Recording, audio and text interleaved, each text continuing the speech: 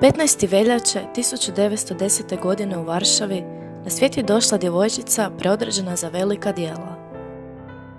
Njeno je ime bilo Irena Sendler.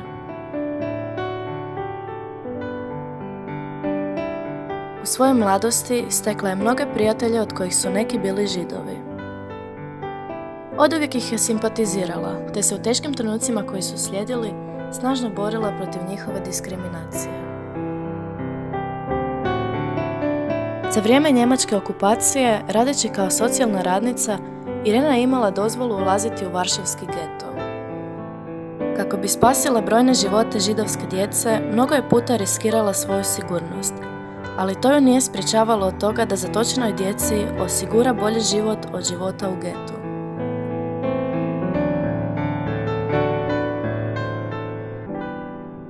Smišljajući razne načine tajnog izvođenja djece iz geta, spasila je preko 2500 mladih života.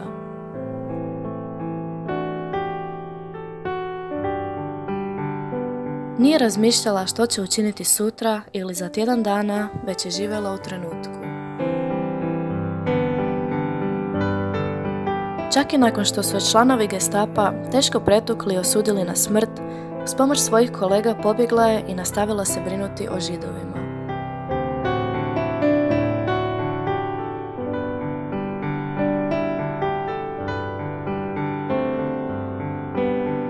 Irena Sendler je uistinu zaslužila titulu pravednika među narodima, iako je nakon rata često skromno govorila kako se ne smatra heroinom. Svojim je postupcima dokazala da je u najtežim trenucima ima nade za bolji život, te da svatko može pridonijeti u stvaranju ljepšeg života. Irena Sendler bila je svjetlo u mraku.